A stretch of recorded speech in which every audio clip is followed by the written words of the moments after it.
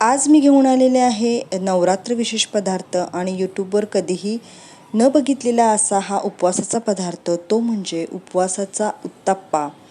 तर यामध्ये काय ट्रिक वापरलेली आहे तुम्ही नक्की पूर्ण व्हिडिओ बघा आणि ही रेसिपी बनवून बघा.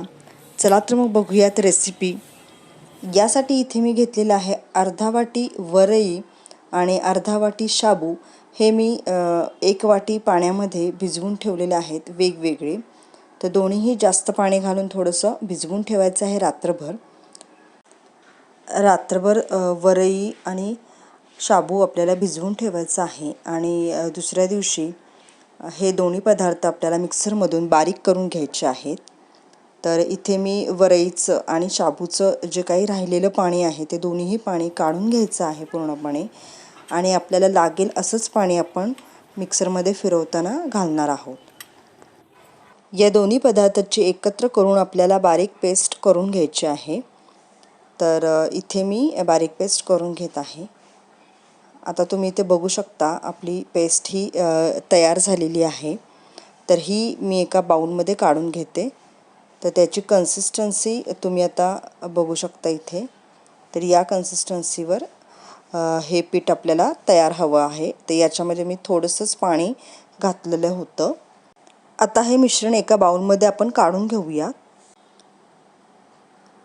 त्यानंतर इथे मी 4 बटाटे उकडलेले सोलून घेतलेले आहेत आणि आता याच्यासाठी आपल्याला पेस्ट बनवायची आहे.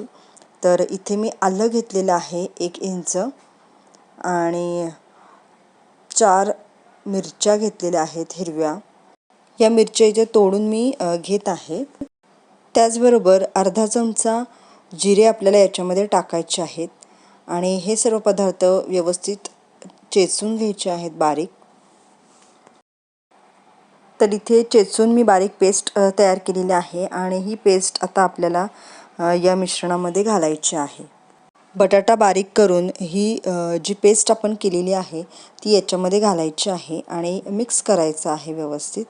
आता चवीनुसार मीठ घालूयात आणि बटाटा हा पूर्ण व्यवस्थित मिक्स करून घेऊया. त्यानंतर मिक्सरमधून जे आपण पीठ काढलेलं होतं त्यातही आपल्याला मीठ घालून व्यवस्थित मिक्स करून घ्यायचं आहे. आता हे मिश्रण आपल्याला बटाट्यामध्ये ओतून घ्यायचं आहे. आता पळीने आपण हे मिश्रण व्यवस्थित मिक्स करून घेऊयात. मिश्रण पूर्णपणे मिक्स झाल्यानंतर एका नॉनस्टिक तव्यावर आपण तेल लावून घेऊया. त्यानंतर याच्यावर हे मिश्रण सोडायचं आहे आणि थोडंसंच पसरवायचं आहे आणि झाकण ठेवून 1-2 मिनिटांनी चांगली वाफ येते आणि त्यानंतरच आपल्याला हा जो उत्तप्पा आहे तो उलटायचा आहे. तर इथं मी सुरुवातीला थोडंसंच मिश्रण घेतलेलं होतं. सेकंड राऊंडला आपण जास्त मिश्रण घेऊ शकतो. पहिल्या राऊंडला थोडंसं कमी घेतल्यामुळे आपल्याला अंदाज येतो की आपला उत्तप्पा हा व्यवस्थित उलटला जात आहे आणि त्यानंतर इथे मी जास्त मिश्रण घेऊन हा दुसरा उत्तप्पाही बनवलेला आहे. अशा प्रकारे इतर उत्तप्पेही मी बनवून तयार केलेले आहेत. तर इथे माझी डिश बनवून तयार झालेली आहे. तर ती मी सर्व करत आहेत दह्याबरोबर. तर या दह्यामध्ये मी इथं तिखट आणि मीठ घातलेलं आहे. त्याचबरोबर चटपटीत लिंबाचं लोणचंही इथं सर्व केलेलं आहे. तर कशी वाटली तुम्हाला नवरात्र स्पेशल एक वेगळी डिश, एक वेगळा उत्तप्पा जो आपण उपवासासाठी बनवू शकतो? तर नक्की कमेंट करून सांगा. चॅनलवर नवीन असाल तर लाईक, शेअर आणि सबस्क्राईब करायला विसरू नका आणि अशाच नवनवीन चवी घेत राहा आणि पदार्थ बनवत राहा. पुन्हा भेटू एका नवीन रेसिपीसोबत. तोपर्यंत धन्यवाद.